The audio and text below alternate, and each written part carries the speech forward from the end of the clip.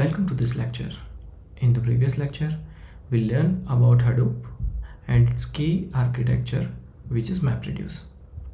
In this lecture, we are going to learn about Apache Spark. We will learn what is Apache Spark, how Spark is different to Hadoop, benefit of using Spark over Hadoop. We will also visit Spark architecture. We'll see Spark supported libraries, data structure, and the functions. Apache Spark is an open source, a multi-language engine for executing data engineering, data science, and machine learning on a single node machine or a cluster. Spark provides us the collection of API collections which helps us to work with big data. Spark is most widely used engine for scalable computing. 90% of companies work in the field of big data use Spark. Now let's understand a key difference between the MapReduce architecture and Spark, and we'll try to understand why Spark is so much in demand and which is overtaking Hadoop. So if we talk in terms of MapReduce, that is mainly restricted for Java developers. There are no other programming language connectivity available if you wanted to develop any specific code using MapReduce. Whereas in case of Spark, we have Java, Scala, Python, and R as in programming language, as well as Spark itself is having an SQL power to attach to it, by which you can perform an SQL kind of inquiry on top of the data. In MapReduce, we are having a boilerplate coding where you need to do too much of coding in terms of achieving your goal.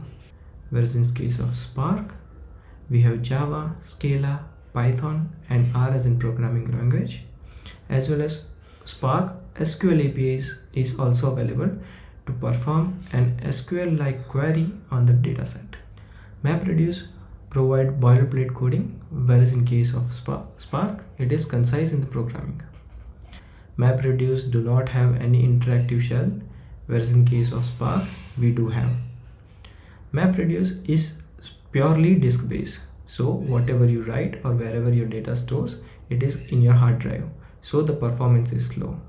Whereas in case of Spark, everything which you process and use during your code store in the RAM memory. It is good for batch processing if we are using the MapReduce. Whereas in case of Spark, batch as well as interactive processing is best suited. MapReduce does not have an optimization for interactive algorithm. Whereas in case of Spark, we have based for iterative algorithms, but it does not have graph facility. MapReduce do not have graph processing, whereas in case of Spark, we do have graph processing supported. Now let's understand the advantages of Spark. Spark is very much dynamic in nature.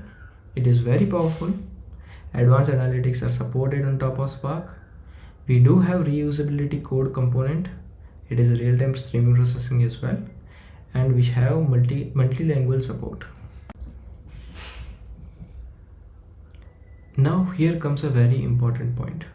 Let's understand Spark architecture, which is very much key concept of Spark.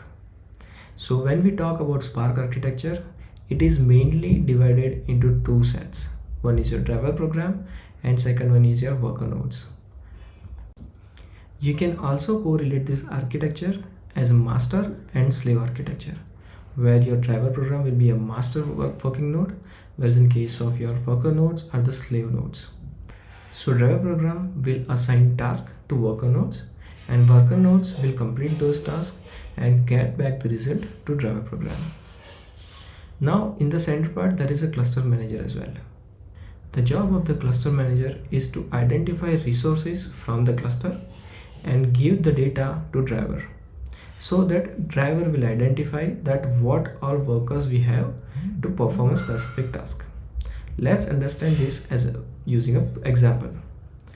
Let's assume that you are working in a corporate.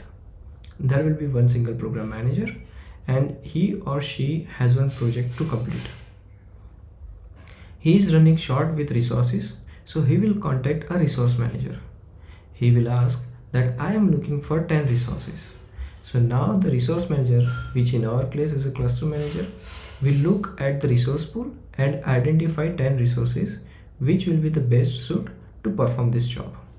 And after identifying the 10 resources, it will get back to the driver program saying that these are your 10 workers which can work for you and complete your task.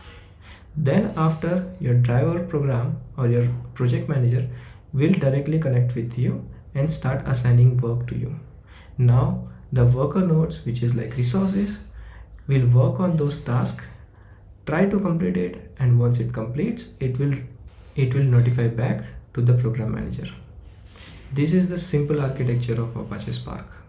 We will deep dive into that in the later sections. Now let's talk about the Spark ecosystem. As you can see here, Spark has multiple components available. Spark Core API, Spark SQL, streaming applications, Spark mlib, and GraphX. As part of the scope of this course, we are mainly going to focus on the Spark Core API. Make sure that you understand each and every single component of Spark Core thoroughly. On top of Spark Core, all the other components are developed, like Spark SQL, streaming, mlib, and GraphX. Spark Core API is mainly written into R, Python, Scala, and Java. So you can use any of the programming language to work with Spark Core API and develop your code.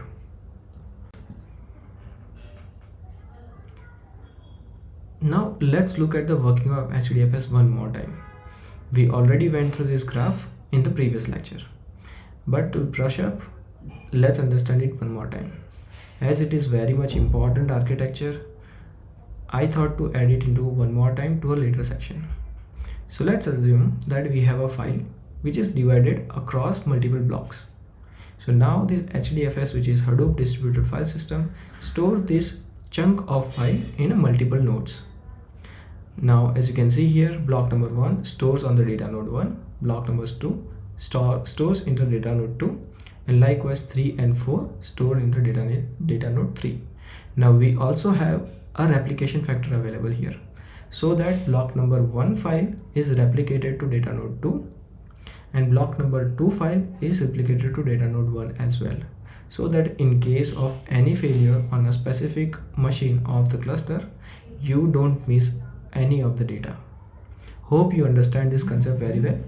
Let me know if you have any question on top of that. Write it down into comment and I'll try to revert.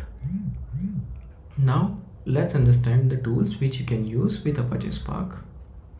Apache Spark provides best connectivity with MongoDB, Cassandra, HBase, Hadoop HDFS, PostgreSQL, MySQL, Elasticsearch, Kafka, Redis, and many more.